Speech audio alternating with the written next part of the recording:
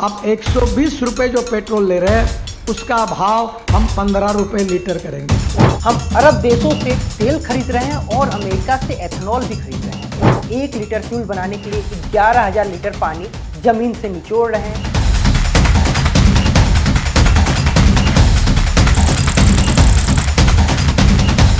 नमस्ते, मेरा नाम है ब्रजेश तिवारी और आप देख रहे हैं श्वेत पत्र।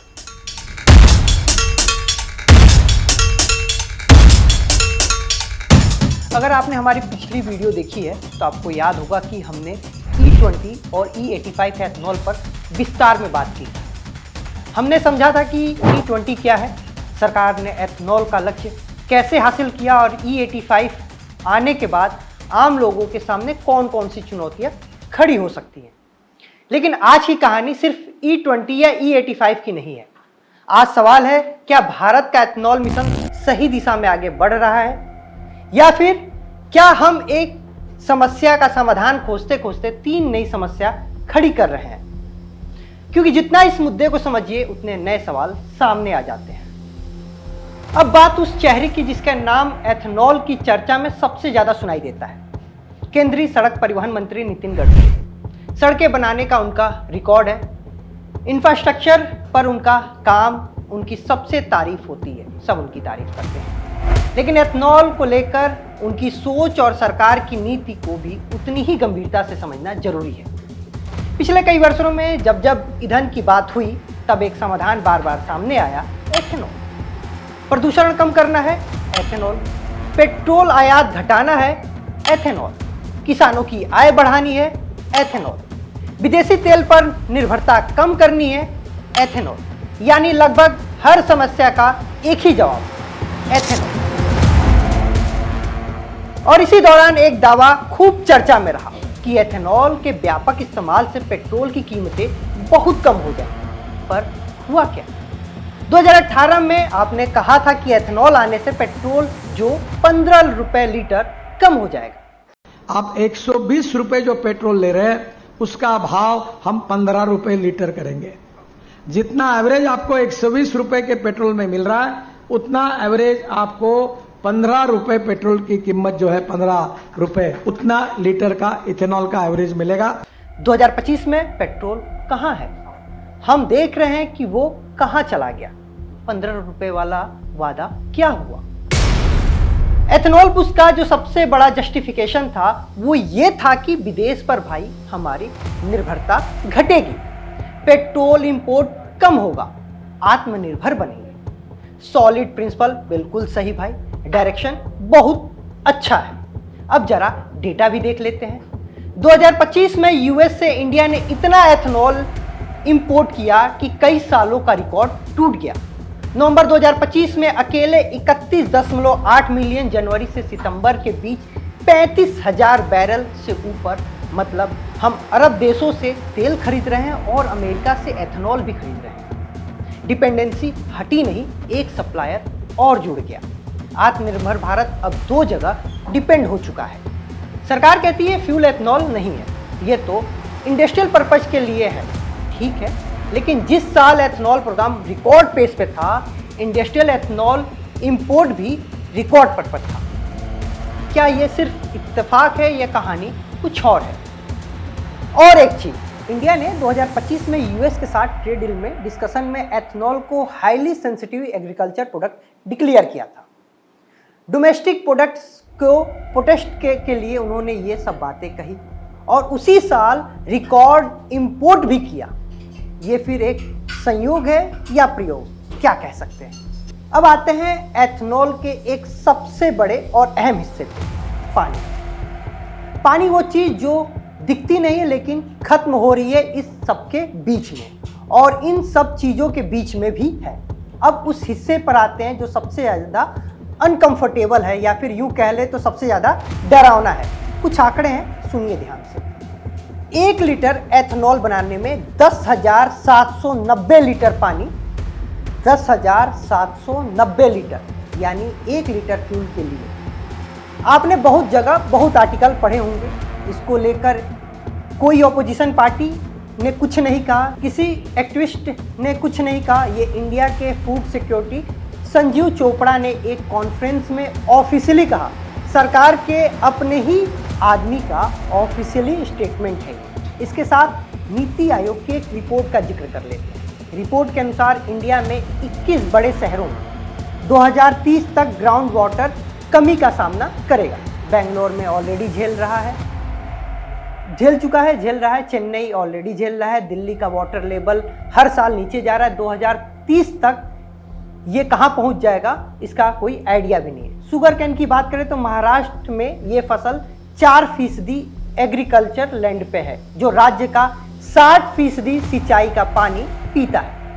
कर्नाटक में शुगर कैन के लिए 80% सरफेस वाटर जाता है, बाकी सारी फसलें 20% पानी बचा हुआ पीती हैं।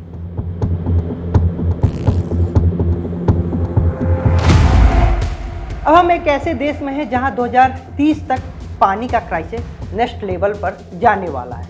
1 लीटर फ्यूल बनाने के लिए 11,000 लीटर पानी जमीन से निचोड़ रहे हैं। अब जब कोई पूछे तो जवाब है कि इन्वायरमेंट के लिए है ये सब। ये सिर्फ शुगर केन की बात नहीं है, अब तो ग्रेन बेस्ड एथनॉल भी बढ़ रहा है, यानी मक्का चावल के लिए 2025-2026 में 9 लाख हेक्टेयर जमीन ली गई है। अब ये जमीन आई कहाँ से, जिस पर पहले कुछ ना कुछ उगाया जाता था, यानी पल्सेस या फिर ऑयल सीड्स होते थे। उन सारे लैंड्स पे अब चावल उग रहे हैं। इंडिया पहले ही 60 से 70% खाने का तेल इंपोर्ट करता था। अब मस्टर्ड ऑयल, सोयाबीन की जगह मक्का उगेगा तो ये क्राइसिस और बढ़ जाएंगे। यानी एक डिपेंडेंसी हटाने के लिए 2 नई डिपेंडेंसी बनाई जा रही है। इंडिया में एक योजना चलता है जिसका नाम है PMGKAY, यानी प्रधानमंत्री गरीब कल्याण अन्न योजना। 80 करोड़ लोगों को फ्री राशन दिया जाता है इस योजना के थ्रू। दुनिया का सबसे बड़ा फूड डिस्ट्रीब्यूशन प्रोग्राम भी है। इस पर सरकार 5 सालों में 11.80 लाख करोड़ रुपए खर्च करने वाली है। अब फूड सेक्रेटरी ने AIDA कॉन्फ्रेंस में एक प्रपोजल अनाउंस किया। PDS में जो ब्रोकन राइस गरीबों को मिलता था उसका 25% हिस्सा घटाकर 10% किया जाएगा। क्यों? ताकि 90 lakh ton broken rice ethanol industry को मिल सके। 90 लाख टन ब्रोकन राइस जो PDS के जरिए 80 करोड़ लाभार्थियों को मिलता था, अब एथनॉल सेक्टर में पिछले साल ये 52 लाख टन, एक साल में लगभग डबल। अब सरकार का आर्गुमेंट है कि भाई ये तो ब्रोकन राइस है, फूड ग्रेड नहीं है, क्वालिटी सही नहीं है, लेकिन यह ब्रोकन राइस खाया जाता है, खिचड़ी बनती है, रोटी बनती है, किसी के घर का निवाला है। चलिए साथी एक और आंकड़ा देख लेते हैं। ग्लोबल हंगर इंडेक्स 2025 में इंडिया की जो रैंक है वो 102 है कुल 123 देशों में, यानी हंगर लेवल में सीरियस गंभीर लेवल है हमारा। एक देश जहां हंगर इंडेक्स में 102 नंबर पे हो, जो बच्चे कुपोषित पैदा हो रहे हो, जहां 80 करोड़ लोगों को फ्री राशन लेना पड़ रहा हो, उस देश में उसी राशन से चावल निकालकर डिस्टिलरी में डाला जा रहा है और इसका नाम रखा जा रहा है हरित क्रांति। और याद रहे, उस 90 लाख टन चावल से जो एथनॉल बनेगा उसके लिए भी हजारों लीटर पानी खपत किया जाएगा। यानी फूड सिक्योरिटी की कीमत एथनॉल बनाओ और उसके लिए भी पानी उतना ही खर्च करो। हम 3 प्रॉब्लम एक साथ क्रिएट कर रहे हैं, फूड क्राइसिस, वाटर क्राइसिस और फ्यूल प्राइस, और इसका जो प्रोसेस का नाम दे रहे हैं वो हरित क्रांति। और इसके लिए हम कह रहे हैं कि ये प्रोग्रेस हो रहा है। अब तो बात सिंपल, क्या ये वरदान है या अभिशाप? तो असली जवाब ये है कि यहाँ तक क्लियरली कहना बहुत ज़रूरी है कि एथनॉल का आइडिया खराब या बुरा नहीं है। फॉसिल फ्यूल डिपेंडेंसी घटाना बहुत ज़रूरी है। एमिशन कम करना सही डायरेक्शन है। किसानों को एक और राजस्व का स्रोत देना अच्छी सोच है, बढ़िया सोच है। प्रॉब्लम आइडिया में बिल्कुल भी नहीं है, प्रॉब्लम एग्जीक्यूशन में है। दुनिया में 2G एथनॉल टेक्नोलॉजी भी है जो वेस्ट से बनती है, मैन्युफैक्चरिंग सॉलिड वेस्ट से, एग्रीकल्चर रिड्यूस से बनती है, धान के पुआल, भूसा, गेहूं के पुआल से, उसमें फूड वर्सेस फ्यूल का कंपेटेबल नहीं है। वाटर फुटप्रिंट बहुत कम है, टेक्नोलॉजी अवेलेबल है, ऑलरेडी मार्केट में है। गडकरी जी ने 2018 में इसी का प्रॉमिस भी किया था। 8 साल बाद 1 लीटर भी उस टेक्नोलॉजी का इस्तेमाल करके एथेनॉल नहीं बनाया गया। कहाँ से चले थे, कहाँ पहुँचे। अगली वीडियो में यहीं से बात करेंगे कि क्यों नहीं बनाया गया 1 लीटर भी एथेनॉल इस प्रोसेस से। आज के कार्यक्रम में फिलहाल इतना ही। एक बार फिर खुलेगा पिटारा, फिर होऊंगा हाजिर आपके साथ। ये वीडियो आपको कैसा लगा कमेंट करके बताइएगा। मुझे दीजिए इजाज़त।